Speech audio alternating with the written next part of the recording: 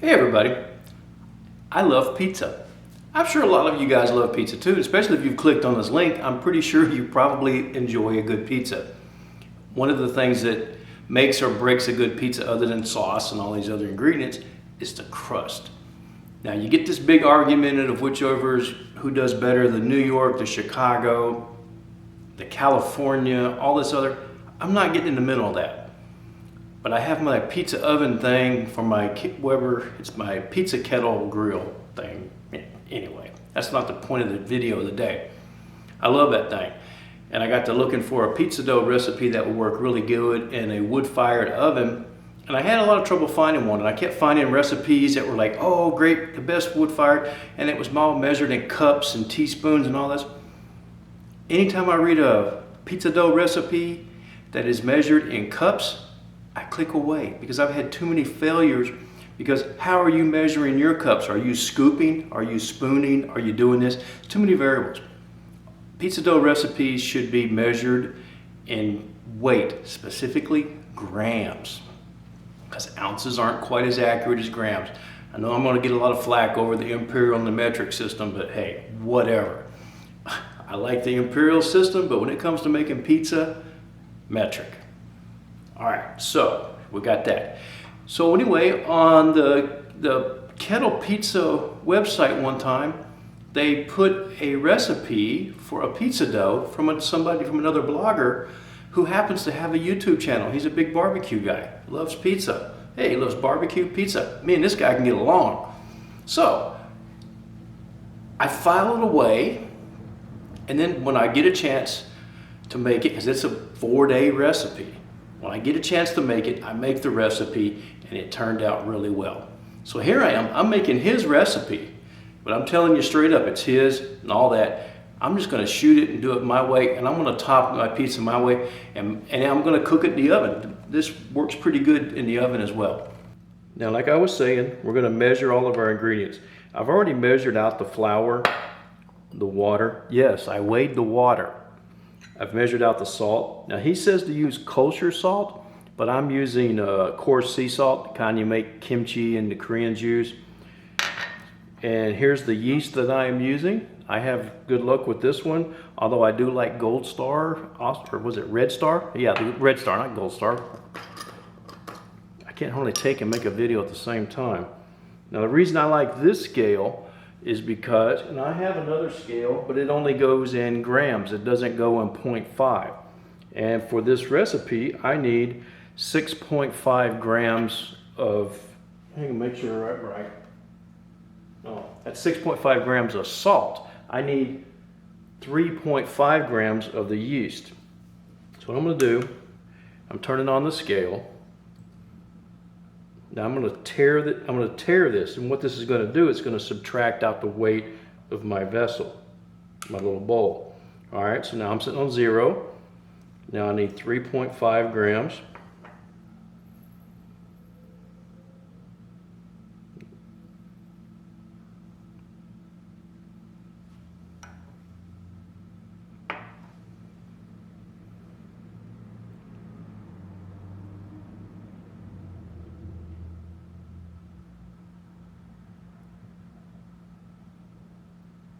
There we go, 3.5 grams of yeast. So now I got everything weighed out.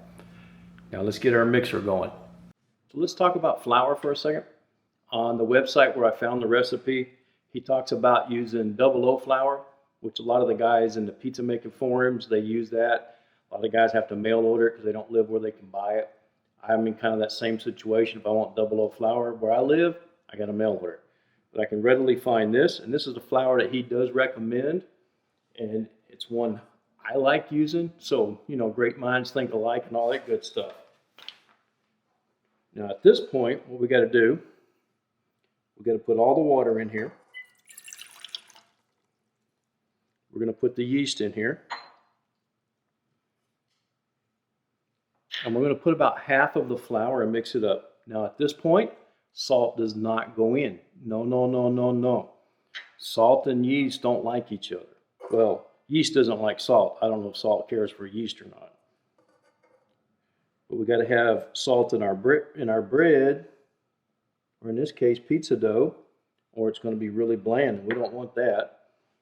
So what we're going to do, we're going to put this on low, and we're going to mix this for like 5 minutes. Of course, I got the dough hook on. When I did the one pizza recipe, everybody freaked out because I had to paddle. All right, this has been going for about a minute. Woo, didn't mean to do that. I need to scrape down the sides a little bit. And what we're doing here is we're hydrating this flour and getting the yeast going. We're making good things happen. Mix this up a little bit. And now once we do this for 5 minutes, we're going to let it set for 20 minutes. Now this is the recipe size for one pizza. So if you want to do 2 pizzas or 3 pizzas, you're going to have to double or triple it. Now I will say a triple recipe is about all the dough that my KitchenAid wants. Yeah, I have a KitchenAid at home. I'm not at home. This is a Geek Chef. It was in one of my other videos. Anyway, it's a good little mixer, especially apartment size type stuff. Let's finish up the 5 minutes. Our 20 minutes is up, so it's been resting for about 20 minutes. Now it's time to put the salt and the rest of the flour in there.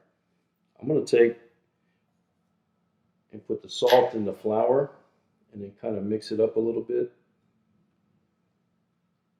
Now he says put a little bit, but I always make a mess when I do that. I kind of lose a lot of flour. So what I'm going to do, I'm just going to put it in here. Put this on low.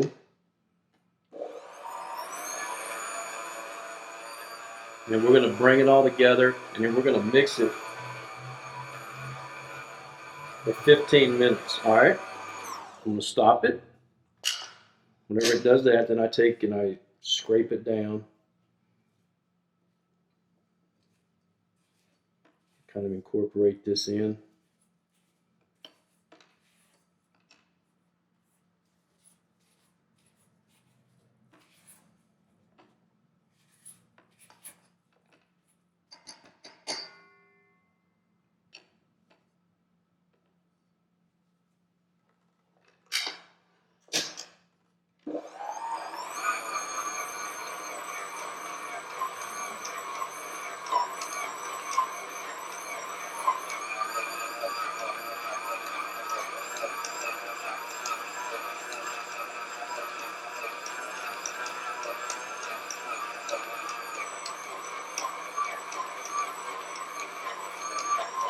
And we're just going to do this for about 15 minutes.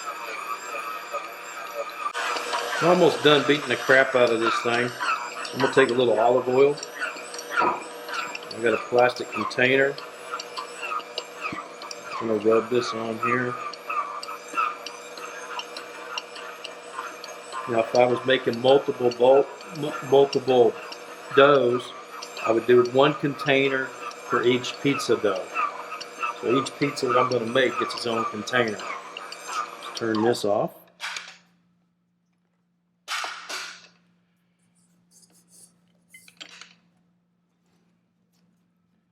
Now we're just going to take this. I'm going to rub it around in here a little bit.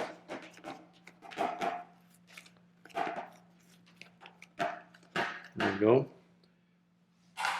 Import it. My lid has a hole in it. This one's got a crack, but it's got to have a hole for the gas to get out. And then this is going to go in the refrigerator until we're ready to do it. You should let this go at least 1 day, like a 24-hour deal. I'm going to let this go 3 or 4 days. Just kind of depends on what else I got going on. He says 5 days is absolutely awesome, but I haven't gone that far. I've only gone as far as 4. Anyway, I'll see you in a couple of days. It's been 5 days. And now our pizza dough looks like this. I don't know if you can quite make that out, but anyway, it definitely's got that little bit of a beer smell to it. It's not in a bad way, not like spoiled barroom beer from last week kind of thing. Anyway, this needs to set out for about an hour, and that's going to give us time to start preheating our oven. I am cooking it in the oven. I would really like to do this on my kettle pizza thing, but that's about a 4-hour drive away. Now in the oven, I'm going to put a pizza stone. Notice it looks kind of ugly. Well, that's just pepperoni grease. You don't want to scrub it off because then you get water in the stone, and then when you put it in the oven, it cracks and pops, and that's not good. Anyway, this is going to burn off. Don't worry about it. So anyway, we're going to put this in the oven, start preheating the oven, and we're going to let our pizza dough sit here for about an hour. It's been an hour, and our dough has kind of come up to room temperature. Basically, our oven is up to 500 degrees. Now, I do want the oven to be at 500 degrees for a little while, probably about 30 minutes, so that the oven gets nice and heat soaked and everything.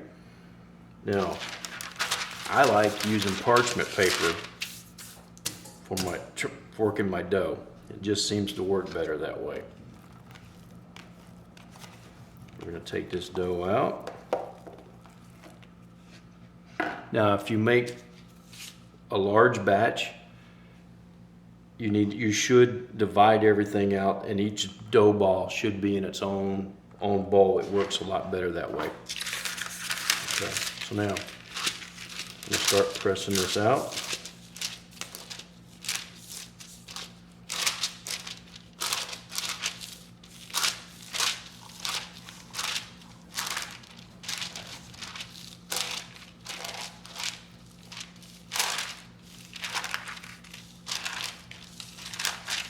I will be leaving a link to Matt's channel so that you guys can go over and check out his barbecue recipes and stuff if you're interested.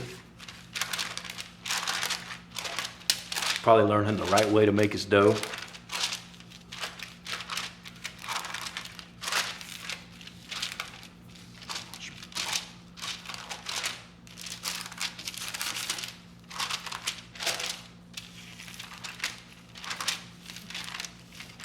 Now see these little bubbles on the edges? You don't want to pop them, you want to leave them there. They give you a nice, interesting crust. Anyway, this is looking pretty good. This is basically about the size of my pizza stone all the way out to the edge. Now, I'm going to use a jarred marinara sauce. We're going to put this on the pizza. There. Nice little bits of chunk.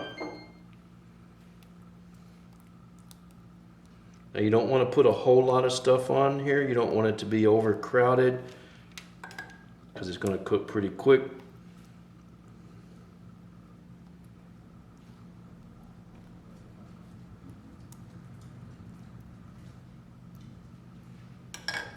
Set this to the side. And my other ingredients, I'm going to put some mushrooms, red onions, artichoke hearts.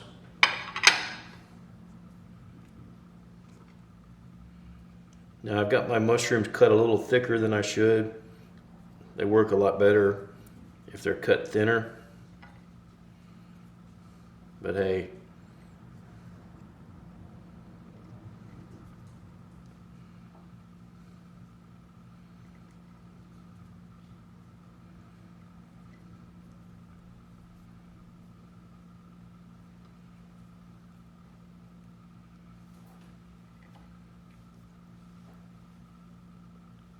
Now I said not to put too much stuff on there, and what am I doing? I'm putting all kinds of stuff on here.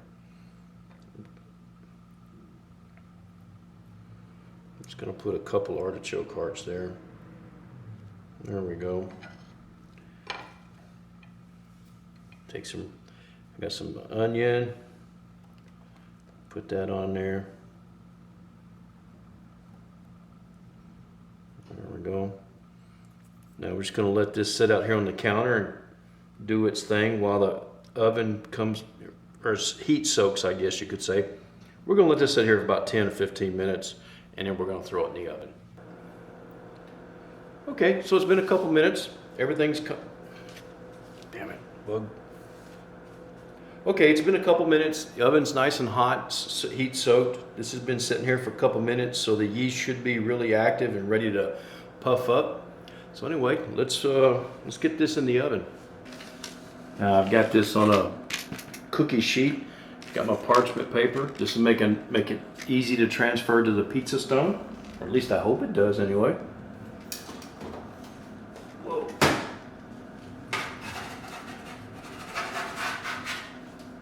go. Pizza's in the oven. Okay, it's been 8 minutes, and we're gonna see what we got going on here. You know what? I can go ahead and turn this oven off.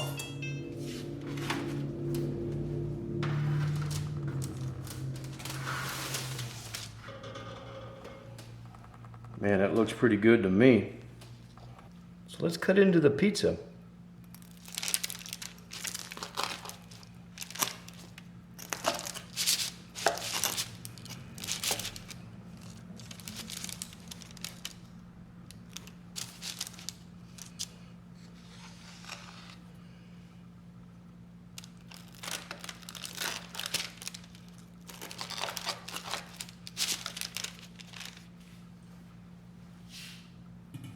Put the knife over there.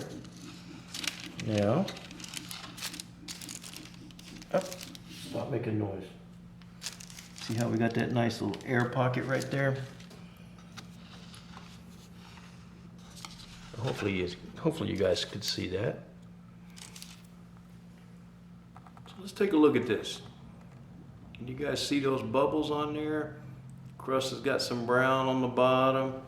Top looks pretty good. I mean, it could have gone a minute or two more, and then it would be probably a little better. I may have taken it out a little too quick, because I want to eat.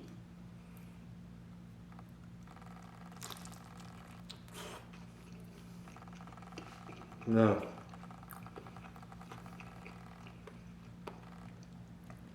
My first time going 5 days with a fermented pizza dough. It's pretty darn good. Last time I did it 4 days, I really loved it. This is a little better, but you know, you could make this a day ahead of time and still be good.